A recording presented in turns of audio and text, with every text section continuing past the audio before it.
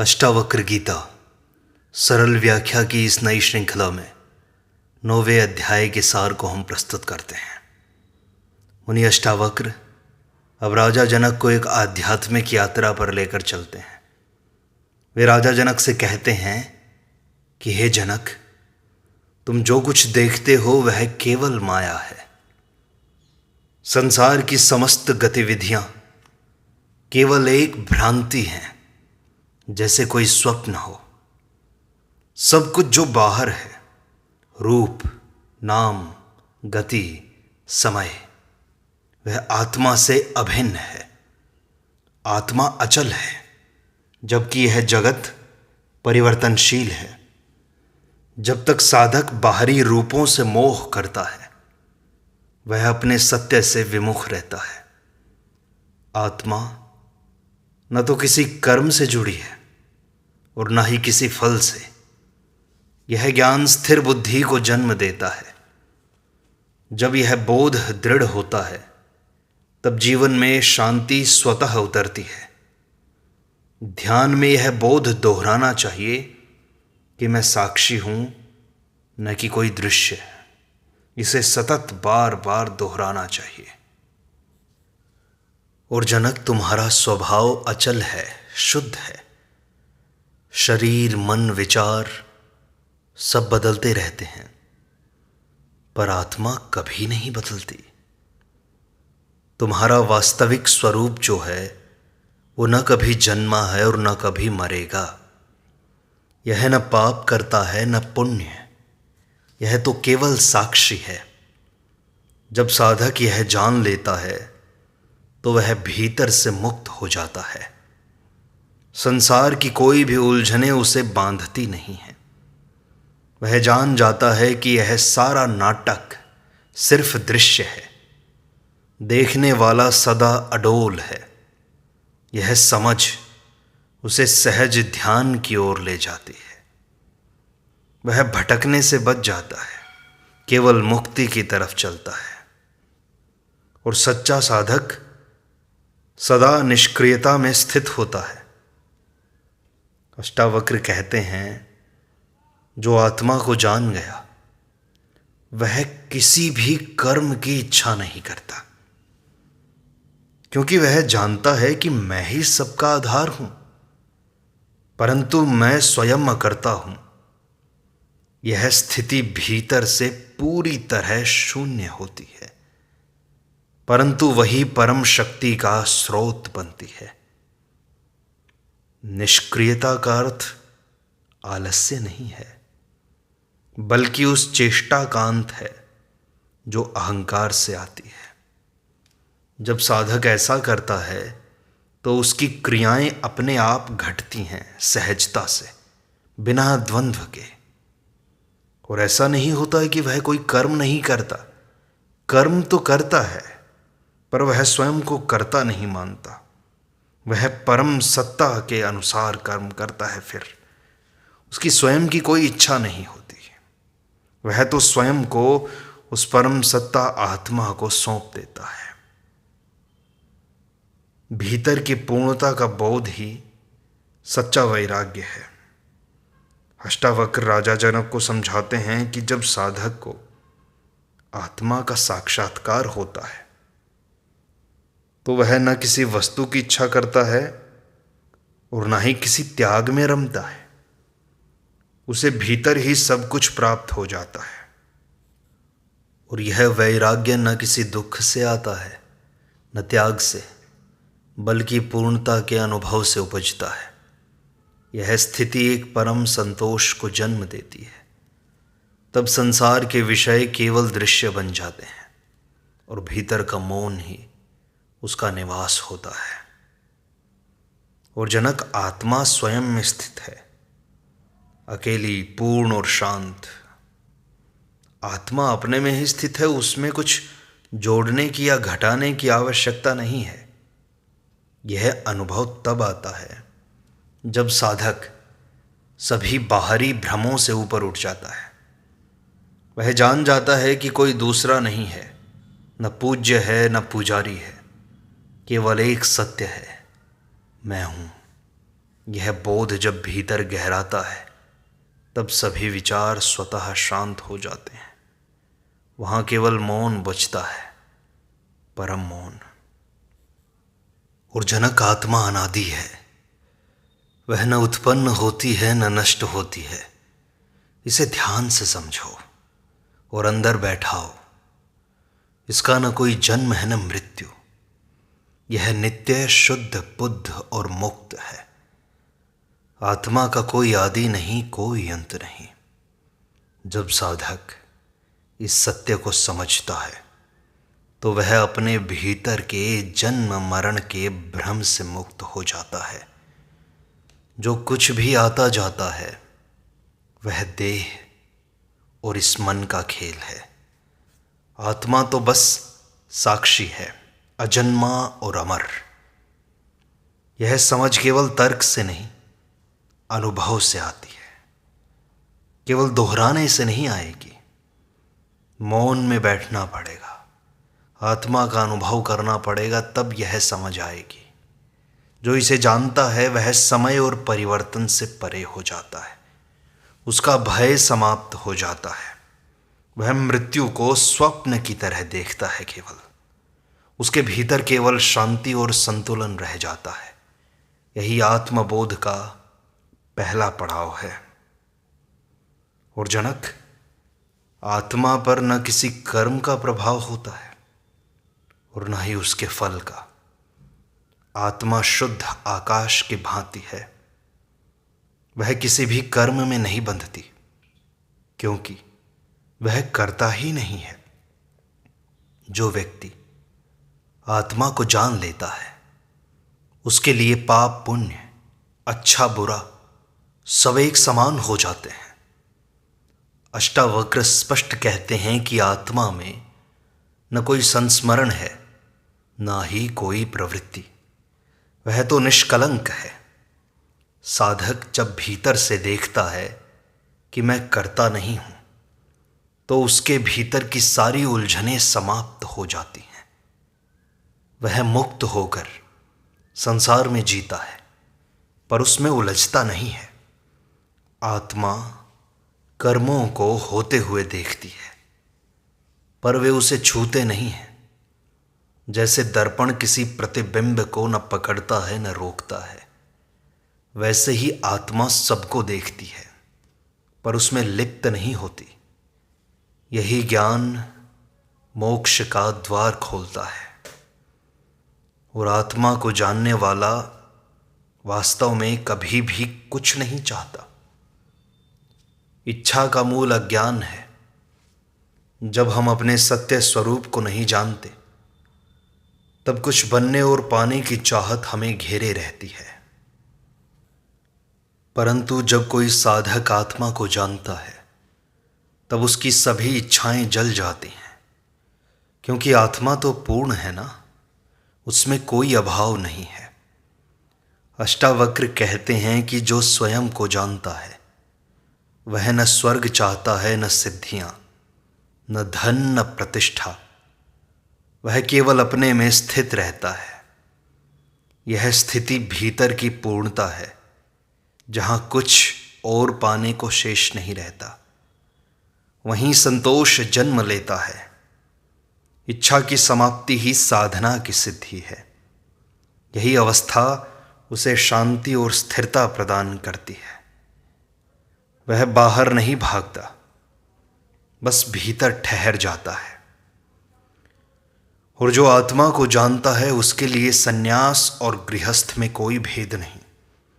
बाहर की स्थिति बदलने से कोई ज्ञान नहीं आ जाता।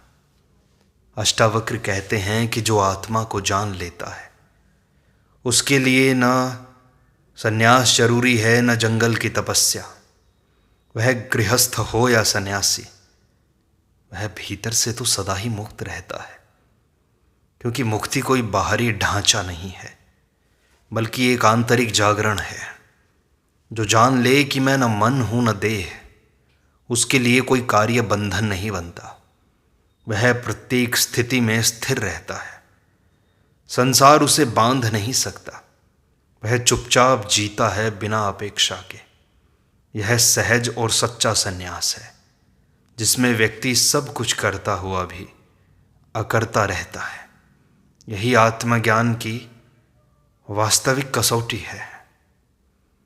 और आत्मज्ञानी के लिए कुछ भी प्रिय या अप्रिय नहीं होता। प्रिय अप्रिय, सुख दुख, ध्यान से देखो, ये सब मन के खेल हैं। आत्मा के स्तर पर सब समान है। जब साधक अपने स्वरूप को जान लेता है, तब वह किसी को न पसंद करता है, ना ही नापसंद। वह भीतर से निर्लिप्त होता है। अष्टावक्र कहते हैं कि यही समत्व की स्थिति है, जहाँ द्वैत समाप्त हो जाता है।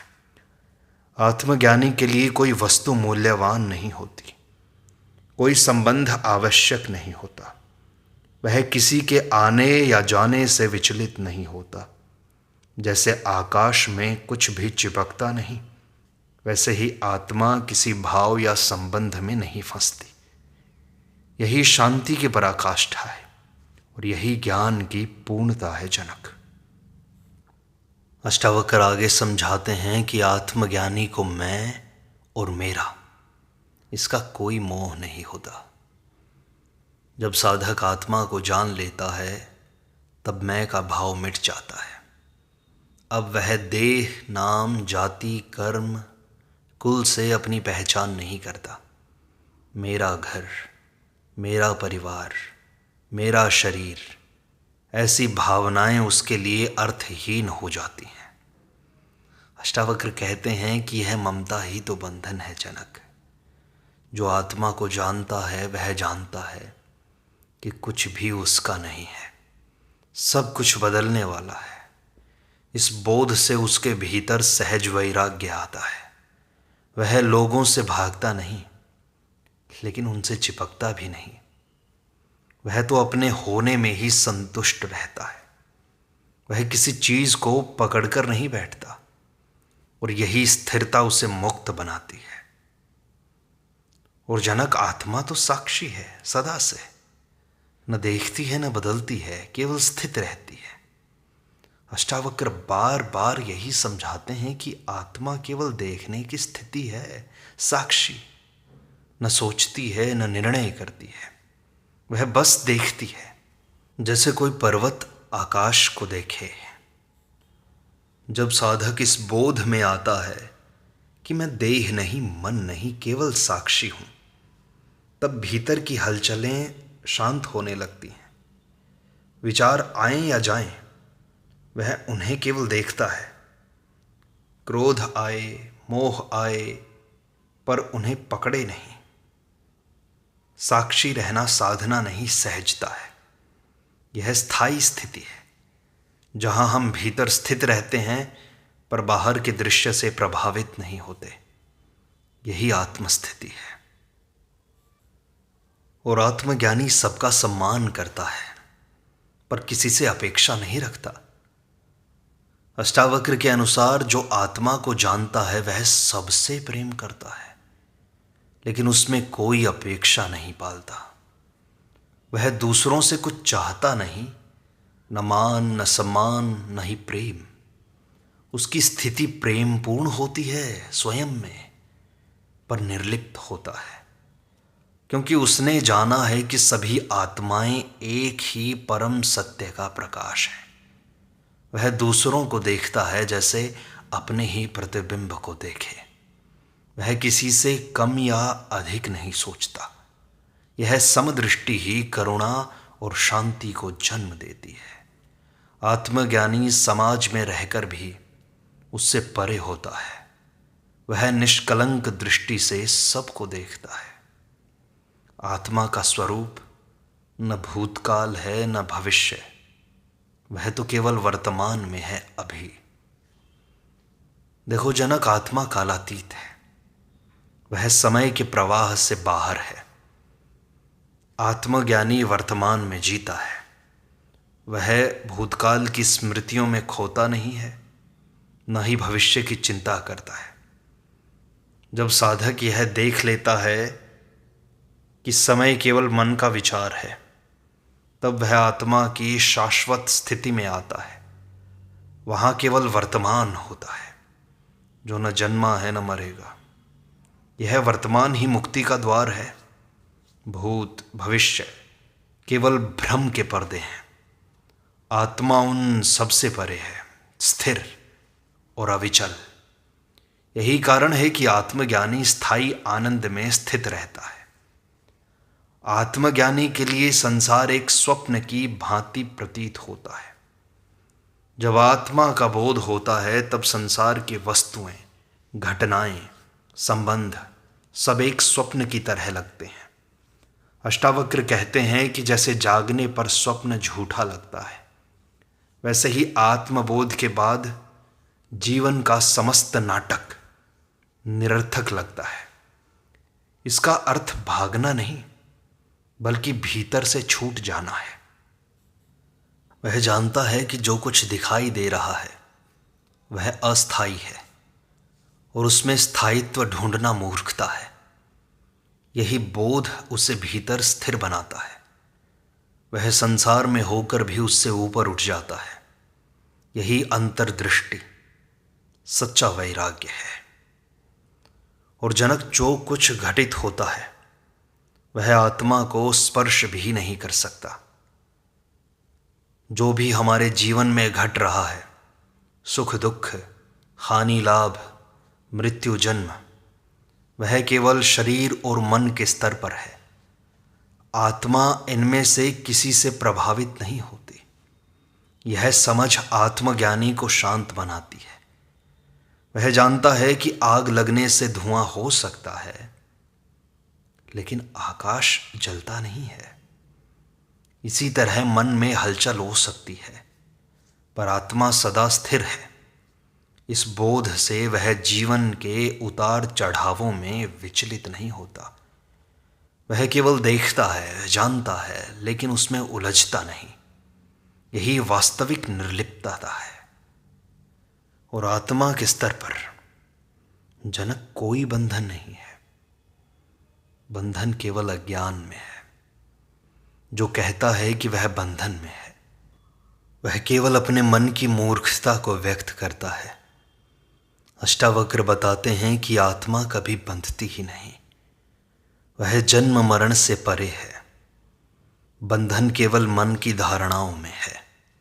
मैं यह हूँ, मुझे यह करना है, मुझे मुक्त होना है। जब साधक समझता है कि यह सब तो विचार हैं और मैं तो उनका साक्षी हूँ, तब स्वतः मुक्ति घटित होती है। इसलिए मुक्ति पाने की चाह भी छोड़नी होती है। ज्ञान यह नहीं कहता कि मुक्त हो जाओ, वह कहता है कि तुम पहले से मुक्त हो। इसे समझते ही बंधन छूट जाता है। आत्मज्ञानी न करता है न करवाता है, और ना ही करता हुआ दिखता है। अष्टावक्र कहते हैं कि आत्मज्ञानी कर्म करता हुआ भी अकर्ता होता है। वह जानता है कि देह संसार में कुछ कर रही है, पर आत्मा है जो केवल साक्षी है। यह भाव उसे कर्मों के फल से जोड़ता नहीं। जैसे कोई अभिनेता मंच पर रोता है, पर भीतर जानता है कि वो तो अभिनय कर रहा है, वैसे ही आत्मज्ञानी अपने जीवन की घटनाओं को निभाता है, पर भीतर से निर्लिप्त रहता है। वह करता नहीं होता। यही निष्काम भाव उसे बंधनों से परे रखता है। उसके कर्म स्वतः होते हैं, बिना इच्छा, बिना स्वार्थ के, और यही ही सच्चा योग है। और जनक, आत्मा कभी न सुखी होती है न दुखी होती है। वह तो केवल चैतन्य है। हमारा मन ही सुख दुख का अनुभव करता है, आत्मा नहीं। अष्टावक्र इस भ्रम को तोड़ते हैं कि आत्मा को भी पीड़ा होती है। आत्मा तो बस होने का प्रकाश है। वह शरीर की पीड़ा देखती है, मन की अवस्था देखती है, पर स्वयं उनसे अछूती रहती है। साधक जब यह देखता है कि भीतर एक ऐसा बिंदु है जो कभी नहीं बदला, बचपन से लेकर अब तक, वह उस अचल बिंदु से जुड़ जाता है। यही आत्मा है। वहाँ कोई पीड़ा नहीं, कोई अभाव नहीं। वहाँ केवल शांति है, मौन है और आनंद है, जो किसी वस्तु पर आधारित नहीं है। आत्मा केवल होने का बोध है जनक, न क्रिया, न इच्छा, न विरोध। अष्टावक्र की यह शिक्षा अत्यंत गहन है। आत्मा किसी क्रिया में संलग्न नहीं होती। वह न कुछ करना चाहती है, न कुछ बदलना चाहती है। वह केवल है, पूर्ण और समग्र।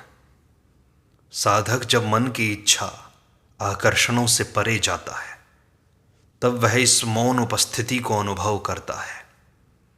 यह न कोई विचार है, न भाव, यह तो चेतना है। वहां पहुंचते ही सभी प्रश्न मिट जाते हैं। वहां इच्छा मिटती है, क्योंकि सब कुछ पहले से ही पूर्ण है। वहां मैं हूं, इसका शुद्ध अनुभव बचता है। यही साक्षी भाव की अंतिम परिणति है, जहां केवल आत्मा रह जाती है। और आत्मा न कभी जन्म लेती है, न मरती है। यह शाश्वत है। इसे बार बार अनुभव में लाओ। आत्मा समय और परिवर्तन से परे है। जो चीज जन्म लेती है, शरीर, मन, पहचान, ये सब मिट जाती हैं। लेकिन आत्मा तो साक्षी है। वो कभी उत्पन्न नहीं हुई, इसीलिए कभी नष्ट भी नहीं होती। साधक जब यह पहचान लेता है कि मैं शरीर नहीं हूं, मैं विचार नहीं हूं, तब वह उस अविनाशी तत्व से एकाकार हो जाता है। यह बोध ही मुक्ति है। मृत्यु का भय तभी तक है जब तक स्व की पहचान शरीर से है। पर जैसे ही वह आत्मा से जुड़ता है, मृत्यु एक स्वप्न बन जाती है। आत्मा सदा अजर, अमर और अपरिवर्तनीय है। जानने वाला स्वयं को शरीर समझे तो बंधन में पड़ जाता है जनक। आत्मा स्वयं तो सदा मुक्त है, पर जब वह अज्ञानवश अपने को शरीर समझने लगती है, तभी बंधन आरंभ होता है। जैसे कोई राजा वेश बदलकर भिखारी बन जाए और फिर भूल जाए कि वह राजा है, वैसे ही आत्मा जब मन और शरीर की पहचान ओढ़ लेती है, तो वह दुख और सुख का अनुभव करने लगती है। साधक को यह ध्यान रखना चाहिए कि वह कर्ता नहीं, केवल दृष्टा है। यही समझ उसे सांसारिक बंधनों से अलग करती है। यह बोध साधना नहीं, स्मरण से आता है। मैं कौन हूं? यही प्रश्न बार बार मन में उठता रहे, इसी की लगन लगी रहे। यही प्रश्न तुम्हें समाधान तक ले जाएगा। और जब ज्ञानी जान लेता है कि सब कुछ माया है, तब मोह छूट जाता है। अष्टावक्र बार बार कहते हैं कि संसार दृष्टि का भ्रम है। जो दिख रहा है, रूप, पदार्थ, संबंध, सब क्षणिक है। साधक जब देखता है कि जो आज है वह कल नहीं रहेगा, तब मोह का जाल अपने आप ढीला पड़ने लगता है। मोह का अर्थ है अस्थाई को स्थाई समझना। लेकिन जब ज्ञान की दृष्टि जागती है, तब वह जान लेता है कि केवल आत्मा ही सत्य है, शेष सब माया है। यह जानकर वह संसार में जीता है, पर संसार से चिपकता नहीं है। उसके भीतर पूर्णता का अनुभव होता है, जो किसी वस्तु या व्यक्ति से जुड़ा नहीं होता। और ज्ञानी के लिए न कुछ शुभ है न अशुभ, सब एक रस है। जो आत्मज्ञानी होता है वह किसी घटना को शुभ या अशुभ नहीं मानता। उसके लिए सब कुछ जैसा है वैसा ही पूर्ण है। यह निर्णय बुद्धि केवल मन की होती है, जो किसी चीज को पसंद और किसी को नापसंद करती है। पर आत्मा की दृष्टि में कोई विशेष नहीं, कोई विरोध नहीं। वह केवल साक्षी होती है। घटना हो रही है ठीक है, नहीं हो रही तब भी ठीक है। और यह स्थिति तब आती है जब साधक समता भाव में स्थिर हो जाए। शुभ अशुभ का द्वंद्व वहीं मिटता है और तब भीतर आनंद स्थायी रूप से प्रकट होता है। और आत्मा को पाने के लिए कुछ करना नहीं पड़ता जनक, बस केवल साक्षी भाव में ठहरना होता है। यह अष्टावक्र की सबसे सहज और क्रांतिकारी शिक्षा है, ध्यान देना। साधक को कुछ बनना नहीं है, कुछ साधना नहीं है, कहीं पहुंचना नहीं है। उसे केवल देखना है कि वह पहले से ही क्या है। यह देखना ही ध्यान है। जैसे सूर्य को देखने के लिए कुछ करना नहीं होता, बस आंख खोलनी होती है, वैसे ही आत्मा को देखने के लिए केवल मौन में बैठना होता है और मन के परे झांकना होता है। जब साधक देखता है कि विचार आ रहे हैं, जा रहे हैं और मैं तो वही हूँ, तब साक्षी प्रकट होता है। यही आत्मा की पहली झलक है, जहाँ कुछ करना नहीं, बस होना है।